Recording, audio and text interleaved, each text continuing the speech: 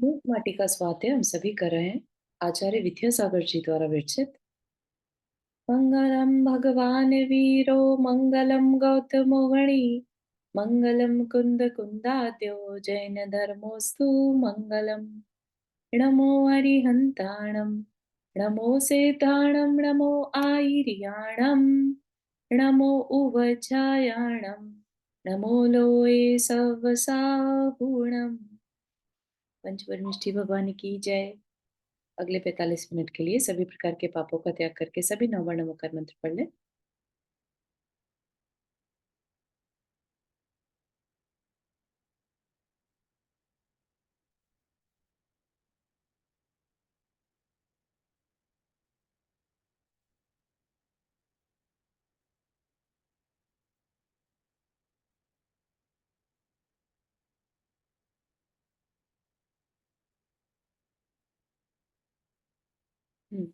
तो हमारा मूक माटी में विषय जो चल रहा है अभी, कुंभकार को माटी को गीला करने के लिए, उसको फुलाने के लिए जल चाहिए। तो वो जल कुएं से निकालना है ना।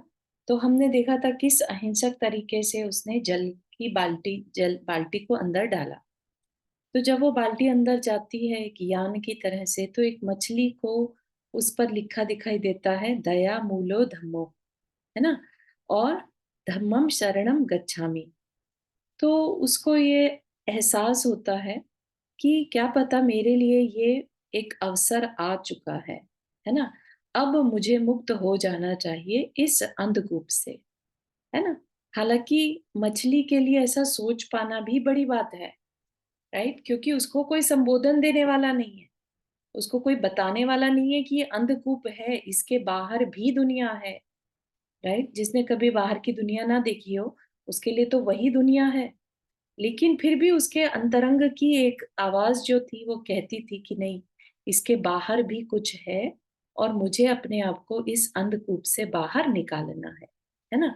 तो उसने जब वो बाल्टी देखी यान की तरह से उतरती हुई, तो उसने उसे एक अपॉर्चुनिटी समझा और उसमें वो उछलकर उस बाल्टी में आ जाती है। और जब वो शिल्पी बाल्टी को बाहर खींचता है ना, तो जब वो छान रहा होता है उस जल को, तो उस समय वो माटी, जो मछली है वो उछलकर और माटी के एकदम चरणों में गिर जाती है। अब ऐसा तो नहीं है कि माटी कोई ह्यूमन बीइंग है जिसके मुंह है, चरण है, ऐसा नहीं है, लेकिन ये कवि की कल्पना है कि वह माटी के चरणों में जा मिलती है और फूट फूट कर रोने लगती है। ठीक है, उसकी आंखें संवेदना से भर जाती है। उसको अपने, अब लग रहा है कि कितनी बड़ी बेवकूफी थी, मैं उस छोटी सी जगह में रह रही थी, है ना। लेकिन खुशी भी है इस बात की कि अब मेरी तकलीफ दूर होने वाली है। ठीक है, तो वो चीज हमने वहां पर देखी थी। अब आगे चलते हैं। यहाँ पर इस युग को यह लेखनी पूछती है कि क्या इस समय मानवता पूर्णतः मरी है? क्या यहाँ पर दानवता आ उभरी है? लग रहा है कि मानवता से दानवता कहीं चली गई है और फिर दानवता में दानवत्ता पली थी कब वह। तो यह लेखनी पूछती है, मतलब जो लिखने वाला है ना। अब यहाँ पर आचार्य श्री क्वेश्चन कर रहे हैं, लिखने वाले तो वही है ना। तो वह क्वेश्चन कर रहे हैं इस पढ़ने वालों से या इस समाज से या इस विश्व से कि ये कैसा समय चल रहा है ना। यहाँ पर इस युग को, किस तरह का युग चल रहा है? क्या इस समय मानवता पूरी तरह मर चुकी है? ऐसा उन्हें महसूस दे रहा है ना। उस तरह का उनके भाव आ रहा है। क्या यहाँ पर दानवता आ उभरी है? मानवता का उल्टा क्या होता है? दानवता, है ना। तो अगर मानवता मर चुकी है तो क्या होगा? दानवता आ जाएगी, है ना। और क्या कह रहे हैं? लग रहा है कि मानवता से दानवता कहीं चली गई है। मानव, ह्यूमैनिटी एक बहुत प्यारी सी चीज है ना। हम जब किसी को किसी की मदद करते हुए देखते हैं, हम क्या कहते हैं? ह्यूमैनिटी है ये। इसका मतलब क्या है? ह्यूमन बीइंग की एक पहचान है, अंदर में उसके करुणा है, सेवा भाव है, दान है, अभय दान, है ना? वो अपनी चीजों का दान दूसरे के लिए करता है, वह मानव है। जो दूसरे के लिए करके खुश हो, वो मानव है। और जो दूसरे से छीन के खाना चाहे, वो दानव है। राइट? जो कभी किसी के काम ना आए। राइट? तो आज का मनुष्य ऐसा ही नहीं हो गया है, जिसके पास समय ही नहीं है एक दूसरे के लिए। राइट? अपने अपने परिवार का किया और उसी में खुश रहता है। मेरा होना चाहिए, है ना? इवन अपने पेरेंट्स के बारे में भी अब सोचने का समय नहीं रहा उसके पास। मैं, मेरा बच्चे, मेरी पत्नी। राइट? तो ये मानवता पूर्णतः मरी है। दूसरे के लिए जो समय निकाला जाता था, आज का सोशल मीडिया तो और भी ज्यादा हमें एक स्क्रीन पर चिपकाए रहता है। तो हमें ये भी एहसास नहीं होता कि हमारे आसपास के लोग कोई पेन में हैं, या कोई चीज चाहिए उन्हें, या कुछ शेयर करना चाहते हैं, है ना? We are never available for them emotionally. Physically we are there in the room, चार लोग होंगे फिजिकली, लेकिन emotionally they are not available. ठीक है ना? तो ये क्या है? इमोशनली अनअवेलेबल होना, ये मानवता की निशानी नहीं है। क्या कह रहे हैं? इसीलिए आचार्य जी कह रहे हैं, इस समय क्या मानवता पूरी तरह मर चुकी है? क्या यहाँ पर दानवता आ उभरी है? ना? अब मानव नहीं रहे, लेकिन कुछ तो दिख रहा है मानव जैसा, तो वो दानव ही होंगे ना? लग रहा है कि मानवता से दानवता कहीं चली गई है। मनुष्य का जो स्वभाव था, सर्विस का, दान का, अभय दान का, है ना? अपने समय के दान का, अपनी मन वचन का, अपने मन तन मन धन के दान का, वह सब कहीं चला गया है। दानवता एक दानवता दान से भी रिलेटेड है। राइट? तो मानवता से दानवता कहीं चली गई है। और फिर दानवता में दानवता पली थी कब? दानवों में तो दान की कोई भावना होती नहीं है ना? और मानवों में भी अब वो दान देने की भावना चली गई है। तो मानव क्या हो गया है? दानव हो गया है। तो यहाँ पर उसी चीज को और एक्सप्लेन करके बताया जा रहा है। वसुधैव कुटुंबकम, इस व्यक्तित्व का दर्शन, स्वाद महसूस इन आंखों को सुलभ नहीं रहा अब।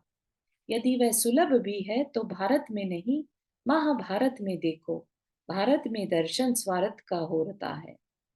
तो अब आचार्य श्री की वेदना बाहर आ रही है। ठीक है? अभी तक तो कहानी के रूप में एक शिष्य और एक गुरु का समर्पण, है ना? शिष्य का समर्पण गुरु के लिए, और गुरु का परिश्रम, उसने उसको एक्सेप्ट कर लिया, अहिंसक तरीके से उसको एक आकृति में देने को भी मन बना लिया। वहां तक तो ठीक था। लेकिन अब यहाँ पर लेखनी में क्वेश्चन उठ रहे हैं। राइट? अब उनको अंदर में पीड़ा हो रही है आज के युग को देखकर। और ये वो युग है जब भारत में, स्पेशली नॉर्थ साइड में, पंजाब एरिया में आतंकवाद बहुत जबरदस्त तरीके से फैला हुआ था। ठीक है? तो उस समय का समय है ये। तो इसलिए क्या कह रहे हैं? वसुधैव कुटुंबकम, इस व्यक्तित्व का दर्शन। इस व्यक्तित्व का दर्शन मतलब ऐसी पर्सनालिटी जो वसुधैव को कुटुंब माने। सारी पृथ्वी ही मेरा कुटुंब है। ठीक है ना? कभी भी आचार्य श्री ने अपने हृदय से किसी को भी, मनुष्य है तो वो मनुष्य है, जाति कुल के भेद पर नहीं देखा। वो किस जाति से है या क्या है, कुछ मतलब नहीं था। है ना? जानवर है कि मनुष्य है, बस सब वसुधैव कुटुंबकम के रूप से लिया। तो वो कह रहे हैं कि आज ऐसे व्यक्तित्व को, है ना, स्वाद महसूस इन आंखों को सुलभ नहीं रहा अब। ऐसे व्यक्तित्व का को देखना, उसको महसूस करना भी अब नहीं अवेलेबल हो रहा है। और अगर है भी तो कहाँ है? भारत में तो नहीं। भारत में हर तरफ लूट मची है। आतंकवाद क्या है? बेसिकली आतंक का होना, डर का होना। और जहां डर है वहां पर अभय नहीं है। है ना? किसी को भी किसी से सुरक्षित नहीं फील हो रहा, है ना? और आज का दिन टाइम ऐसा ही नहीं आपको लगता कोई भी सुरक्षित अपने आप को महसूस नहीं करता। ज़्यादा से ज़्यादा सिक्योरिटी की चीज़ें लगाई जाती हैं। कैमरे, सिक्योरिटी कैमरा जगह-जगह आजकल देखने में मिलते हैं। पहले लोग घरों में ताले तक नहीं लगाते थे, राइट? और आज का टाइम ऐसा हो गया है कि ताले भी लगे हों तो भी उसके भी तोड़ आ जाते हैं और घरों में हमले हो जाते हैं, राइट? तो अरु जय जिनेंद्र, हाँ, जय जिनेंद्र आंटी। इन तालों के ऊपर जरा एक बताऊं, एक समस्या अगर महाराज जी ने बड़ी अच्छी बात कही। हुँ, हुँ। करूं शेयर? हाँ जी, बोलिए। तो एक कोई उनके पास आए, तो अपने आप को वो सम्यक दर्शन बता रहे थे कि मैं सम्यक दर्शी हूँ, इस टाइप से। अच्छा। तो महाराज श्री ने कहा, कहाँ से आए हो? कहने लगे, घर से आए हूँ। हुँ, कहने लगे, घर में ताला तो लगा के आए होंगे? हुँ, तो कहने लगा कि हाँ जी, ताला तो मैं लगा के आया हूँ। हुँ, तो कह रही, सम्यक दर्शन दर्शन वाले को तो अपने के अलावा कुछ ध्यान रहता ही नहीं, ताले का घर का मोह क्यों, मोह मतलब का छोड़ के नहीं आए तुम घर का भी मोह। हुँ, तो कैसा सम्यक दर्शन है ये? बहुत सुंदर, बहुत सुंदर, बहुत ही सुंदर, बढ़िया। छोटी-छोटी चीज़ें हैं, हम अपने अंदर झाँक कर नहीं देखते हैं और अपने आप को सोचते हैं कि पता नहीं हम कहाँ क्या बन गए, है ना? तो वो चीज़ है कि वसुदैव कुटुंबकम जैसा व्यक्तित्व, उसका स्वाद इन आँखों को अब सुलभ नहीं रहा। पहले के टाइम में, है ना? रामचंद्र जी के टाइम में ऐसा युग था जिसको हम सतयुग कहते थे, राइट? चतुर्थ काल एक तरह से सतयुग। महावीर भगवान के काल में तो नहीं कह सकते इतना, क्योंकि टुवर्ड्स पंचम काल था तो काफी उस समय पर जाति वर्ण को लेकर झगड़े होते थे, स्त्री की अवस्था भी बहुत अच्छी नहीं थी, है ना? और चारों ऐसे तो वो कौरवों के टाइम में नेमिनाथ भगवान के टाइम में थे। हाँ, कहाँ सतयुग, वहाँ भी लड़ाइयाँ तो कितनी हुई एक दूसरे के लिए, पैसे के लिए। हाँ, कुछ कुछ लड़ाइयाँ हुई हैं लेकिन इन जनरल जो है, जो हाँ, लोग थे, लोग जनता अपने आप को सुरक्षित महसूस करती थी, ठीक है ना? युद्ध हुए, वार हुए, वॉर हुई, लेकिन वो सिर्फ राजाओं के बीच में होती थी, ठीक है ना? हाँ, उसमें हाँ, ये जनता है दुखी नहीं रहती थी। आज का कि टाइम ऐसा है जहाँ हर जहाँ घर तक, में डर है, हाँ, ठीक है? बिल्कुल। हुँ। तो क्या कहते हैं कि आज जो वसुदैव कुटुंबकम अगर कहीं देखना भी है तो वो भारत में नहीं, महाभारत में देखो। महाभारत का मतलब हरिवंश पुराण यानी पूर्व काल में देखो, वहां तो फिर भी दिख जाएगा। आज के भारत में तो सिर्फ स्वार्थ का दर्शन होता है, सब अपने अपने स्वार्थ के लिए जी रहे हैं, ठीक है ना? तो ये बात हमें मतलब आचार्य श्री क्योंकि भारत को लेकर बहुत ज्यादा सजग रहते थे, है ना? भारत की जमीन ऐसा मान लीजिए कि जो आर्यखंड है ना? उसमें जो भारत भूमि है, वही एकमात्र ऐसा स्थान है जहां पर तीर्थंकर हुए हैं, है ना? और आज जो है तपस्वी ऋषि मुनि होते हैं। बाकी कहीं पर भी आप देख लीजिए, कहीं पर भी इस तरह के श्रमण संस्कृति देखने में नहीं आती। तो इस वजह से उनका भारत की भूमि के प्रति एक्स्ट्रा अटैचमेंट था। अटैचमेंट ऐसा नहीं कि राग था, है ना? एक रिस्पेक्ट थी, उस जमीन के लिए रिस्पेक्ट थी, ठीक? तो उनको इस बात का भी दुख बहुत रहता था कि किस तरह का समय आ चुका है। उसी पर थोड़ी सी आगे की चर्चा है, ठीक है? हाँ, हाँ, इतना अवश्य परिवर्तन हुआ है कि वसुधैव कुटुंबकम इसका आधुनिकीकरण हुआ है। वसु यानी धन द्रव्य, धा यानी धारण करना। आज धन ही कुटुंब बन गया है, धन ही मुकुट बन गया है जीवन का, ठीक? तो यहाँ पर क्या कह रहे हैं कि हाँ, वसुधैव कुटुंबकम तो नहीं दिखता, लेकिन उस शब्द को ही बदल दिया गया है, ठीक है? तो क्या हो गया है वो शब्द आज? वसु मतलब वसु धन को भी कहते हैं और ध धारण करना, तो धन को धारण करना ही कुटुंब बन गया, ठीक है? पैसा ही सब कुछ हो गया। इवन अपने परिवार से भी ज्यादा प्रायोरिटी हम धन को देने लगे हैं। धन ही मुकुट बन गया है जीवन का। जिसके पास ज्यादा धन, उसकी ज्यादा रिस्पेक्ट, यही पहचान बन के रह गई है ना आज के टाइम में। शो ऑफ वाली जिंदगी हम सब जीने लगे हैं, राइट। हम इमीडिएटली जज करते हैं कि वो किस तरह की गाड़ी, किस तरह के कपड़े पहने हुए है, किस तरह के घर में रहता है, तो हम उसको रिस्पेक्ट दें। अगर हमें पता चल जाए कि वो किसी चौल से आया है या किसी और छोटे मकान में रहता है ना, तो हम उसको उस नजर से नहीं देखेंगे, उसके गुणों की तरफ नजर नहीं जाएगी, उसके स्टैंडर्ड ऑफ लिविंग पर नजर जाती है आज के टाइम में, राइट। तो इस तरह का कुटुंब बन गया है, सबके साथ यही है। हम एक दो नहीं है, लेकिन ऐसा समझ लीजिए कि जैसे अंग्रेजों ने वो हमारे जीन्स में डाल दिया, हमारे डीएनए में डाल दिया। जब बहुत लंबे समय तक पीढ़ी दर पीढ़ी हम पराधीन रहते हैं ना, तो क्योंकि साइकोलॉजिकल हमारे जीन का स्ट्रक्चर भी वैसा हो जाता है, तो हमारी आने वाली जो संतानें हैं या आने वाली जनरेशन्स हैं, वो तक इस चीज से अवे मतलब सबकॉन्शियसली उस चीज को पिकअप कर लेती हैं। ठीक है, तो वो जो स्वाभिमान वाला जो गुण है ना, वो हम सबका खत्म हो चुका है, मर चुका है। सबको बस दूसरा मेरे लिए कुछ कर दे, ये करके दे दे, डिपेंडेंसी वाला फील आ चुका है, क्योंकि बहुत लंबे समय तक अंग्रेजों के डिपेंडेंट रहे, ये करेंगे तो हमें कुछ मिल जाएगा। ठीक है ना।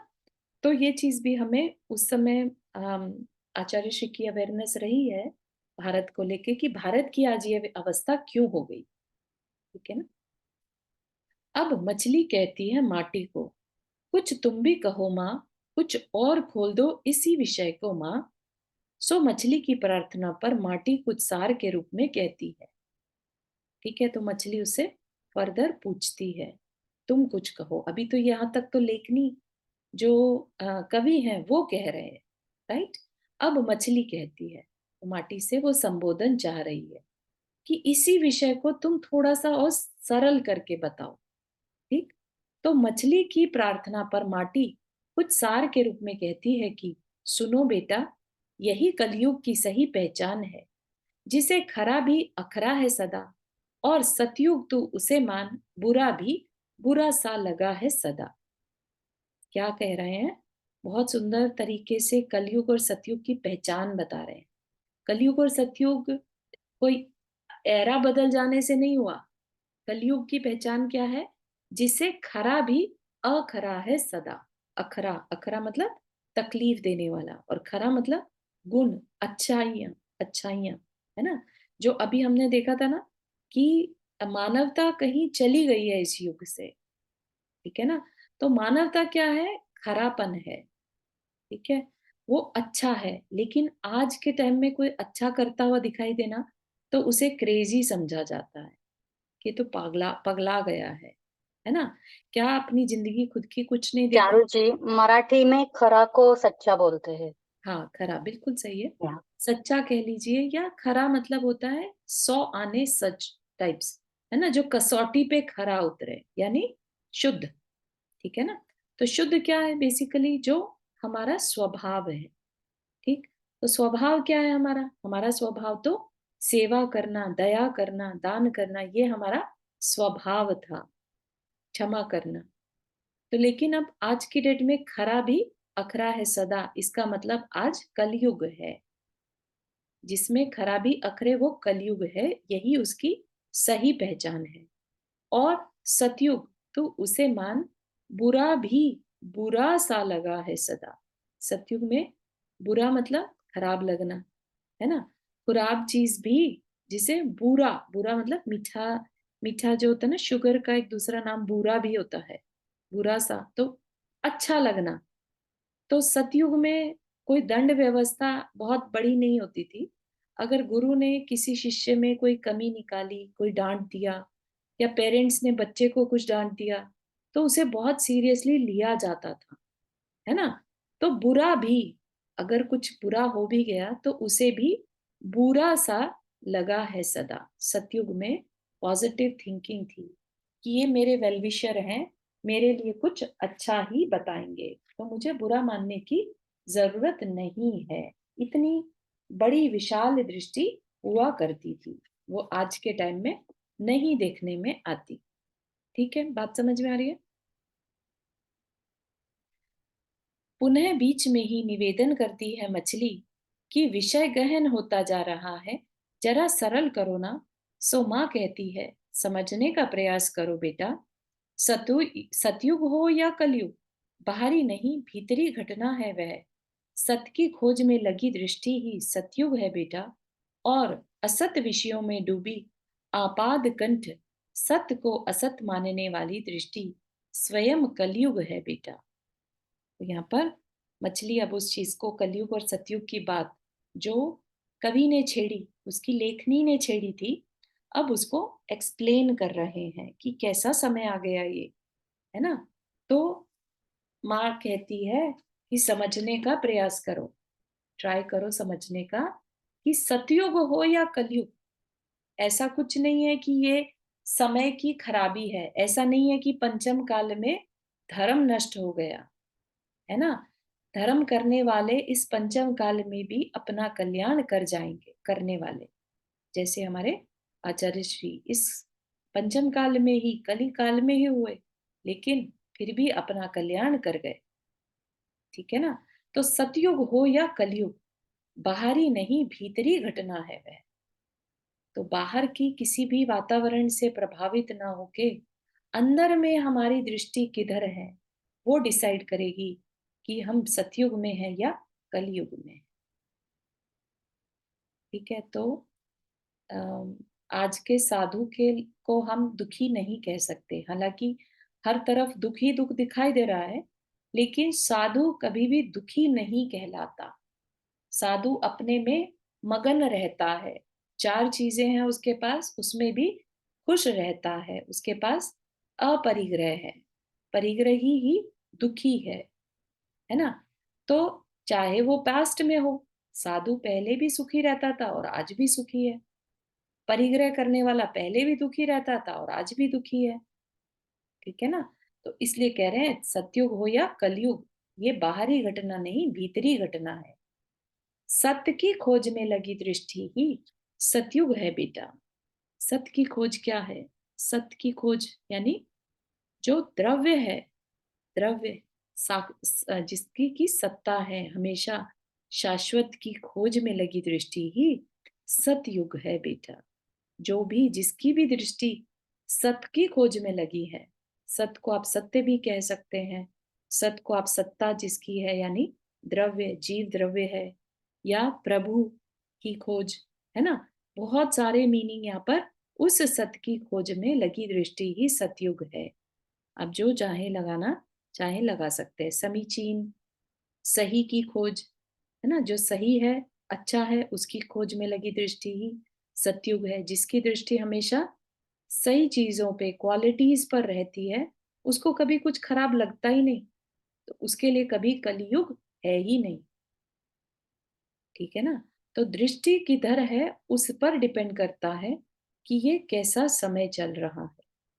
और असत विषयों में डूबी आपाद कंठ, आपाद कंठ मतलब कंठ से, पैरों से कंठ तक, नीचे से ऊपर तक, किन विषयों में? असत विषयों में डूबी। असत विषय मतलब जो हमारे कभी हो ही नहीं सकते। ठीक है ना। जो नाशवान विषय है, हम उन्हीं में अपने आप को डुबाए हुए हैं। ये मेरा, मैं मेरा, है ना। ऐसे में ही हमने इन विषयों में ही अपने आप को पूरा ऊपर से नीचे तक डुबा कर रखा है। सत्य को असत मानने वाली दृष्टि स्वयं कलयुग है बेटा। तो कली कलयुग किस, क्या है? खराब समय किसके लिए है?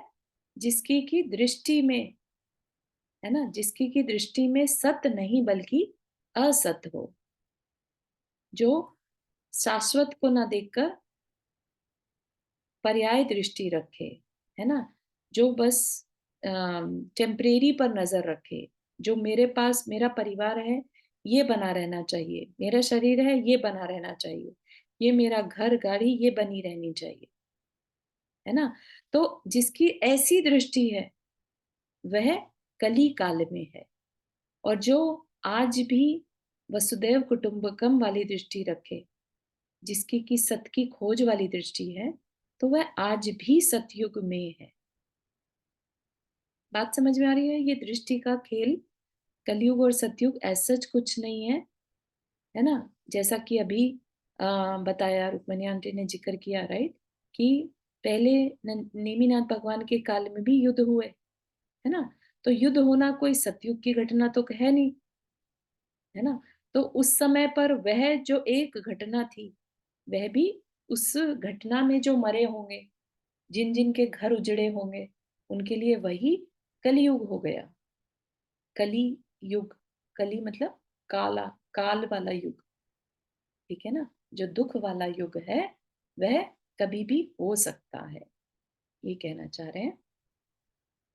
हुँ। कली काल समान है, अदय निलय रहा, अति क्रूर होता है, और सत कलिका लता समान है, अतिशय सदय रहा है। मृदु पूर होता है, कली की आंखों में भ्रांति का तामस ही गहराता है सदा, और सत्य की आंखों में शांति का मानस ही लहराता है सदा। तो इसको देखते हैं पहले। हाँ, तो कली मतलब कलयुग ना, जिसकी चर्चा ऊपर करी जा रही है। तो कली काल, काल क्या? मृत्यु के समान। तो कली काल क्या है? मृत्यु के समान है। ऐसा जैसे अम, मृत्यु है, काल है, जब आती है तो उसको ये दया नहीं रहती कि अरे इसके परिवार वालों का क्या होगा, है ना? ये अभी मरना नहीं चाहता, इसको क्यों लेके जाना? नहीं, कोई दया अंदर में नहीं रहती। तो क्या कहा? कली काल समान है अदय, अदय मतलब दया रहित, निलय मतलब जगह, निलय मतलब निलय मतलब दया रहित स्थान है। तो क्या कह रहे हैं? कली काल कैसा है? दया रहित कोई स्थान हो, ऐसा है। अति क्रूर, है ना? क्रूरता जो है आज की डेट में बढ़ती जा रही है, अपराध बढ़ते चले जा रहे हैं। सामान्य जनता तक अपराध बढ़ते जा रहे हैं। पहले कोई कोई चोरी डकैती करता था, वो फेमस हो जाता था, है ना?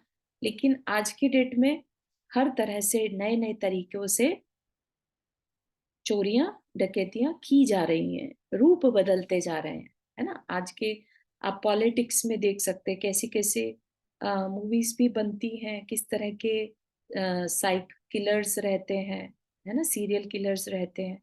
तो क्रूरता जो है वो बढ़ती ही चली जा रही है कली काल में, क्योंकि अदय यानी दया का निलय, दया का कोई स्थान नहीं रहा, अदय का स्थान है। ठीक। और सत यानी सतयुग कलिका लता समान है, जैसे कलियों से लगी हुई लता, कोमलता है उसमें। अतिशय सदय रहा है, अतिशय सदय मतलब अतिशय दया का भाव, अतिशय मतलब होता है बहुत ज्यादा, दया का भाव रहा है। मृदु पूर होता है, मृदु मतलब कोमलता, है ना? मृदुता से भरा है, एक दूसरे पर कल्याण के भाव होना, मृदुता, ऐसा क्रूरता नहीं, क्रूरता का उल्टा हो गया मृदुता, ठीक है ना? तो सतयुग कैसा हो गया? जिसमें कि दया हो। तो आज भी अगर हम ऐसे परिवार में हैं जहाँ लोगों के हृदय में दया है, बहुत फैमिलीज होती हैं ऐसी आज भी, स्पेशली जैन फैमिली जो होती है ना, वो नाम मानी जाती है इन चीजों के लिए कि उनके अंदर दया भरी है। जो छोटा-छोटा पानी भी छान कर पी रहा है और एक-एक चींटी मकोड़ों तक को देखकर चलता है, घर में भी अपने पूरे अहिंसा के साथ रहता है, राइट? तो आप मान सकते हैं कि उनमें अभी भी जनरेशन से दया के भाव कैरी फॉरवर्ड हो रहे हैं। तो जैनी जो है, अगर वो जैन कुल में पैदा हुआ है, तो समझिए कि सतयुग में ही पैदा हुआ है ना? जिन परिवारों में आज भी दया देखी जाती है, कोई मांगने आया, दे दो बेटा, इसको दे दो, है ना? किसी मतलब दूसरे की तकलीफ देख नहीं पाता वो, जैनी के लिए कह रहे हैं। बहुत रेयर केस में बाकी के जैनेतर में थोड़े बहुत देखने मिल जाते हैं, इक्का दुक्का मिल जाएंगे, ऐसा नहीं कह रहे कि खत्म ही हो गए हैं, लेकिन कई जातियों में ऐसा देखने में मिलता है। लेकिन जैन कुल में क्योंकि अहिंसा प्रधान है, दया प्रधान है ना, दया को ही धर्म माना है इस जैन धर्म ने, राइट। तो इस वजह से आज भी जैन कुल में सतयुग देखा जा सकता है ना। छोटे से छोटे बच्चे की रिस्पेक्ट होती है। कली की आंखों में भ्रांति का तामस ही गहराता है सदा। कली मतलब अगेन कली युग की, कली काल की आंखों में भ्रांति। क्या है भ्रांति? कि जो मैं कर रहा हूं बस वो ही सही है ना। क्या सही है ये जानने की कोशिश नहीं करना, ठीक है ना। आज मुझे शॉपिंग जाना है, पार्टी जाना है ना, यही सबसे बेस्ट है, यही फन है। ये सब क्या है? भ्रांतियां हैं, है ना। और इसमें भ्रांति का तामस ही गहराता है सदा। तामस मतलब अंधकार। भ्रांतियां जहां पर फैलती चली जा रही हैं, गहराती चली जा रही हैं, गहराई मतलब और डार्कनेस बढ़ रही है। किस चीज की? भ्रांति की। ठीक है, तो ये जो भ्रांति की तामस है गहरा रही है, ये कली की आंखों में यानी कली काल में ये देखने में आती है। ये सब माटी मछली को बता रही है कैसा समय चल रहा है ना। समझ में है भ्रांति? इसी में हम मिथ्यात्व को भी ले सकते हैं, है ना। किस तरह से हम अपने फायदे के लिए, थोड़े से सुख के लिए मिथ्यात्व के क्रियाएं करने को राजी हो जाते हैं, ठीक है ना। तो ये किस लिए? ये कली काल का असर है।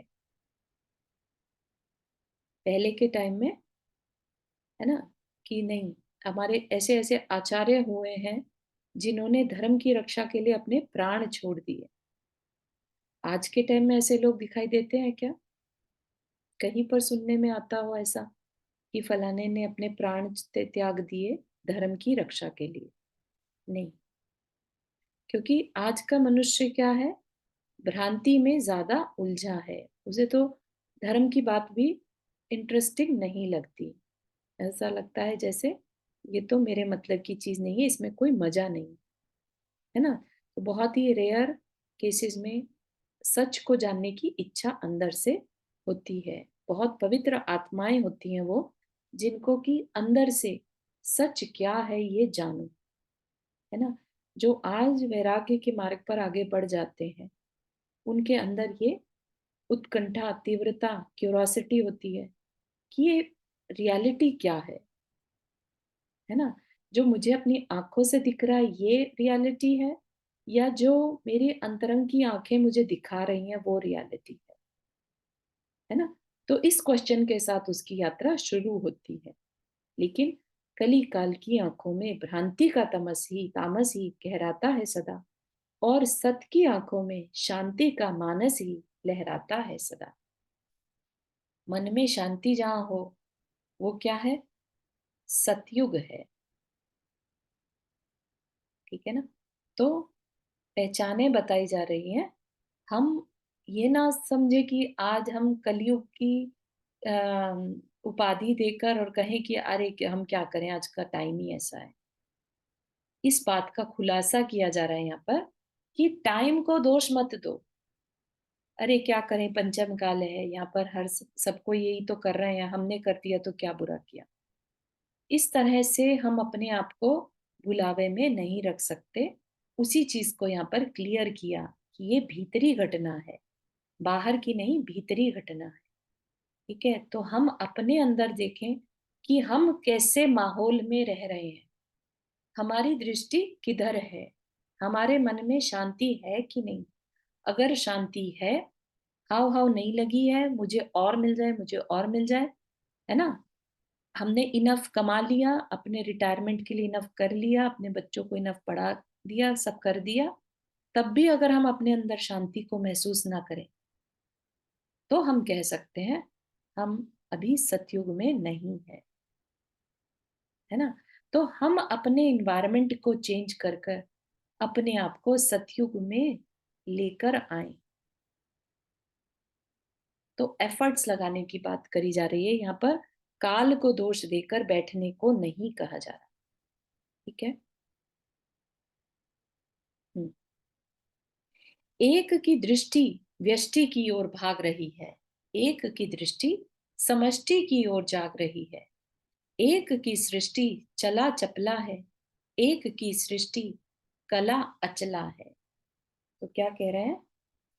एक की दृष्टि मतलब दोनों को कंपेयर कर रहे हैं। तो एक की दृष्टि मतलब जो छोटापन है, जहां पर अपना सेल्फिशनेस है ना। व्यष्टि मतलब अपने पर, व्यक्ति के, एक व्यक्ति के ऊपर या अपने ही सेल्फ के ऊपर दृष्टि अगर है, तो वो क्या हुआ? कली काल हो गया, है ना।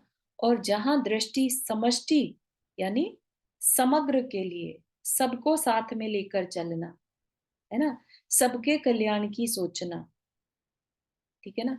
जैसे बहुत बड़ी बड़ी फार्मास्यूटिकल कंपनीज होती हैं, अपने लाभ के लिए, प्रॉफिट के लिए, और लोगों की जान खतरे में डाल देते हैं, है ना। पूरी डिटेल्स डिस्क्लोज नहीं करते। ऐसे बहुत से केसेस सामने आते हैं, जब इंसान अपने लाभ के लिए क्या क्या नहीं कर देता। तो ऐसा कभी सोच हो जब अपने लिए दूसरे की जान की भी परवाह ना की जाए, तो वो क्या है? वो कली काल का मनुष्य है, ठीक। और जहां दृष्टि समष्टि यानी सबको साथ लेकर चलना, मेरा भी कल्याण हो तो दूसरे का भी कल्याण हो, है ना। जिसकी जैसे धर्म प्रभावना की दृष्टि हो, वह भी कह सकते हैं सतयुग की ही दृष्टि है ना। कि जैसे मैंने अपना कल्याण किया, ऐसे ही बाकियों का भी कल्याण हो। तो ये भी क्या है? दृष्टि समष्टि की ओर है, ठीक है ना। तो ये भी एक तरीका है देखने का। तो हम अपने को देखें कि हम कलयुग में हैं कि हम सतयुग में हैं। एक की सृष्टि चला चपला और एक की सृष्टि कला अचला। पहले क्या बोला था? दृष्टि। अब बात करें सृष्टि, है ना। तो जैसी दृष्टि वैसी सृष्टि, राइट। तो जिसकी दृष्टि व्यष्टि की ओर थी, यानी सेल्फ के लिए, तो उसका क्या है? सृष्टि चला चपला, मतलब किसी एक पर उसको सेटिस्फैक्शन नहीं रहता, राइट। अब ये तो कल वो, राइट। तो कंटिन्यूअसली उसके कुछ ना कुछ संकल्प विकल्प चलते रहते हैं, ठीक है ना। और एक की सृष्टि कला अचला है, यानी क्रिएटिव है, ठीक है। स्थिर है, उसमें स्थिरता है, जो है सो बढ़िया है, ठीक है ना। तो इस तरह से जो है थोड़ा सा डिफरेंसेस बताए हैं।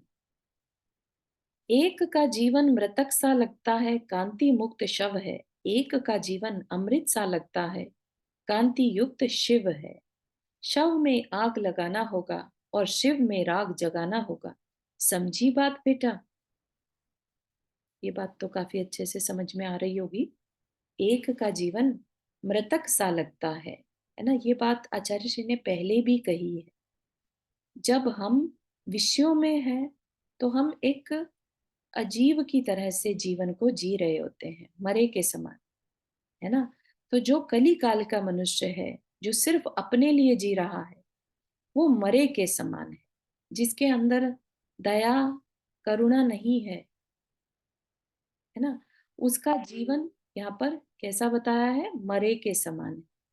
कांति मुक्त शव है, उसके जीवन में कोई उत्साह, औजस, तेजस कुछ नहीं है।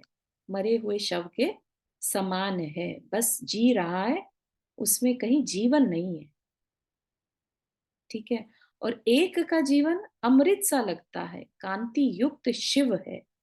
शिव मतलब सत्य को भी शिव कहते हैं, और मोक्ष को भी शिव कहते हैं, शाश्वत को भी शिव कहते हैं, राइट। तो शिव के बहुत सारे मीनिंग है। तो एक का जीवन यानी जो समग्र को देखता है, जिसके अंदर सबके लिए करुणा है, उसका जीवन कैसा है? अमृत सा, है ना। जैसे उसके अंदर से करुणा बह रही है, तो ऐसा अमृत उसके अंदर से झर रहा है, जो दूसरे को भी जीवन दान देता हो, ठीक है ना। और जो ऐसा है वो ही मोक्ष मार्गी है या मोक्ष का अधिकारी है ना। तो कांति युक्त शिव है। शव में आग लगाना होगा और शिव में रात जगाना होगा। शव में आग लगाना होगा मतलब उस लाइफ को, जो हम सेल्फिश लाइफ जी रहे हैं, उसको हमें खत्म करना होगा। और शिव में राग मतलब कि अपने शाश्वत स्वरूप, है ना, मोक्ष क्या है, हमारा ही शुद्ध स्वरूप है, राइट। तो उसमें राग जगाना होगा। जब अपने उस शाश्वत रूप से राग होगा, तो ये जो टेम्परेरी चीजें इकट्ठे करने का शौक हो जाता ना हमें, वो सब नहीं रहेगा। शरीर को सजाना संवारना, इसको कंफर्ट देना, है ना, इससे रिलेटेड रिश्ते संबंध संभालना, इन सब से हटकर शिव में राग जगाना होगा। ठीक है ना। तो ये बहुत करुणा करके हमें बातें बताई जा रही हैं एक नए तरीके से।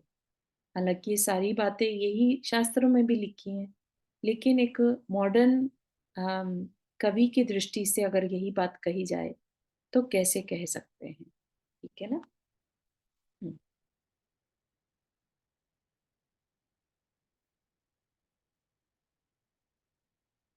लेट्स सी ये कर पाएंगे हम कि नहीं। ना समझती समझी बात माँ, उलझी थी अब सुलझी माँ। अब पीने को जल तत्व की अपेक्षा नहीं, अब जीने को बल तत्सत्व की अपेक्षा नहीं। टूटा फूटा फटा हुआ यह जीवन जुड़ जाए बस किसी तरह शाश्वत सत से, सातत्य चित्त से बेजोड़ बन जाए बस। नहीं, इसमें टाइम लगेगा एक्सप्लेन करने में, है ना। तो यहाँ पर बस इतना यहीं तक रखेंगे आज के लिए कि जो मछली है वह भी संबोधन से अपना कल्याण कर लेगी। अभी आगे जो है चर्चा संलेखना की आने वाली है। माटी मछली जो है संलेखना की बात माटी से पूछने वाली है, तो वह भी हम समझेंगे बहुत अच्छे से मन लगाकर, है ना। और बात समझ में आ रही है यहाँ पर किस तरह से हमें। चारों समझ तो बहुत आ रही है, हम्म, लेकिन मैं कई बार ये सोचती हूँ कि हम लोग इतना सुनते हैं, इतना सब कुछ करते हैं, हम्म, हम कर नहीं लोगों पाते, राइट। कर क्यों नहीं पाते? हाँ, वही। मतलब सोचते हैं, जब सुनते हैं सब कुछ लगता है बस सब कुछ छोड़ दो, सब कुछ ये कर लो, उसके सुन बाद के फिर ये वही। लगता है, लेकिन कई बार परिस्थिति अनुकूल नहीं होती है, कई बार हम डिग जाते हैं, शायद कमजोर पड़ जाते हैं, लग रहा है। हाँ। पता नहीं परिस्थितियां तो अपने बनाने से अनुकूल बनेंगी, लेकिन दृढ़ता जिसे कहा जाए वो कम है। दृढ़ता देखिए, मछली का एग्जाम्पल देखिए ना, कैसे उसने हाँ, दृढ़ संकल्प कर लिया कि मुझे अपना हाँ, कल्याण करना है। वही इतना तो करना हाँ, चाहिए तो ना। तो आई सजेस्ट कि आप इस मछली के प्रकरण को भले ही लिख लें या इसको रिकॉर्ड करें या इसको बार बार ध्यान में लाएं। हम्म, ठीक है, कि जिस तरह से मछली कुछ नहीं होते हुए भी, ठीक है ना, मछली में ना बल था, ना कोई ज्ञान था, ना कोई संबोधन था, फिर भी उसने अपने आप को दृढ़ बनाया, अपने परिवार को छोड़ा, अपने उस जल में रहने वाले कंफर्ट को छोड़ा। किसके लिए? कुछ तो था ना जिसके पीछे वो गई, है ना। तो उसको आप बार बार चिंतन करें, तब आपके अंदर दृढ़ता आएगी। इसी वजह से ये लिखने का तात्पर्य और कुछ नहीं है। ऐसा नहीं है कि उन्हें अपना कुछ क्वालिटी दिखानी थी, राइट। इसके वाक्यों को याद करना। ठीक है। लेकिन यहाँ पहली प्रतिमा लेने के लिए जल चाहिए, कुएं का दर्शन, लाइक स्नो है तो आप नहीं जा सकते हो, वहीं हाँ, से अटक जाता है सब कुछ। नहीं कोई नहीं, आप मन बना कर रखिए, है ना। जी। जो आज आप जहाँ हैं, ये तो कुएं के जल और प्रतिमाएं तो बात की बातें हैं। हमारे अंदर मोह कितना घट रहा है परिवार हाँ, से। वो तो प्रयत्न कर रहे हैं, हाँ, बस वो वो चीज तो कर होनी रहे हैं, चाहिए। वो तो बहुत अच्छी तरह से हो रहा है। हाँ, तो ये जो वही मैंने एक मोह। बार आचार्य श्री का बताया था ना, मैं उनसे करती थी क्वेश्चन आंसर हमारे, हम्म, उनसे मैंने कहा, तो उन्होंने कहा कि फैमिली से मोह कम ऐसे करो कि फालतू में ना उनमें घुसो, लेकिन तुम्हें अपना फर्ज तो निभाने पड़ेंगे अपनी फैमिली के साथ। हम्म, तो मोह मेन तो जो अपना मोहनीय कर्म तो ये है कि काम, क्रोध, मोह, माया ये चीज़ें छोड़ो। हाँ तो प्रतिमा वगैरह तो बहुत बात की चीज़ है, पहले घर में रह के ही चीज़ें नहीं, अपनी अब इस एज में तो चलो वो लोग सेट हो गए अपनी फैमिली से, तो हो जाता है काम। ऐसा कुछ नहीं है, करना है तो हो जाता है। लेकिन अब बारी ये है कि अनुव्रत भी थोड़े थोड़े ले लिए, तो अब प्रतिमा की टर्न आ रहा है, तो फिर यही सोचते हैं कि ओके, हाँ मर्यादा का खाना भी चालू कर दिया, चलो पर्यूषण में मसाले हम्म, आटे वगैरह का भी चालू कर दिया। तो अब सोचते हैं कि हाँ आगे देखिए, कुछ बढ़े।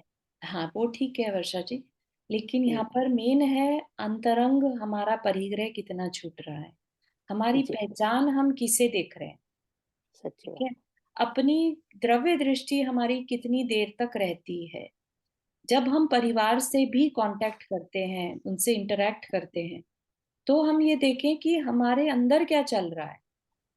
अंदर में हम अपनापन के साथ बात करें, ये मेरे हैं इसलिए बात कर रहे हो, या मैं इस अब जीवन में हूँ, मुझे अब इस पड़ाव पर, जीवन के इस पड़ाव पर अपने को इन सब से छोड़कर और सिर्फ अपने आप को एक द्रव्य दृष्टि से देखना जी, है ना। लगता है कि हम ये ड्रामा हो रहा है, फैमिली जो है ठीक है, हाँ सब अलग अलग से आए हैं और अलग अलग ही जाने वाले हैं। हाँ, तो वो चीज को कंटिन्यू रखिए, वो मैटर जी करता है, भले ही आपको साधन मिले नहीं मिले। ठीक है, जी जी, अगर अच्छी दृष्टि, द्रव्य दृष्टि रहेगी तो साधन भी जरूर मिल जाएगा। करेक्ट।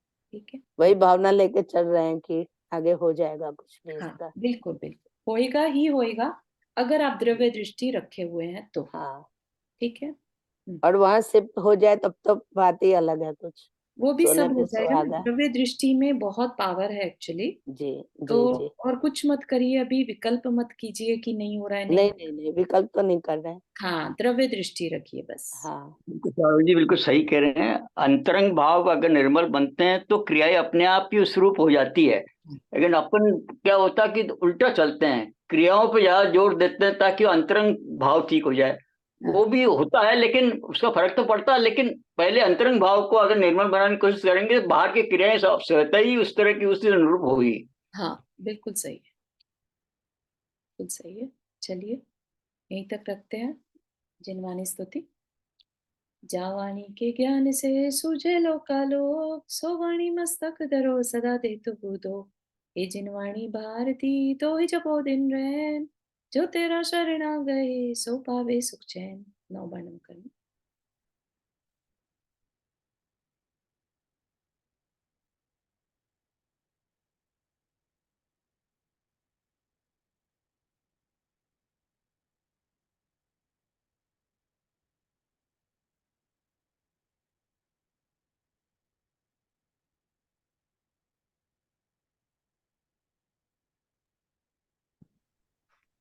सभी को जय जिनेन्द्र। जय जिनेन्द्र। जय जिनेन्द्र। जय जिनेन्द्र सभी को। जय जिनेन्द्र।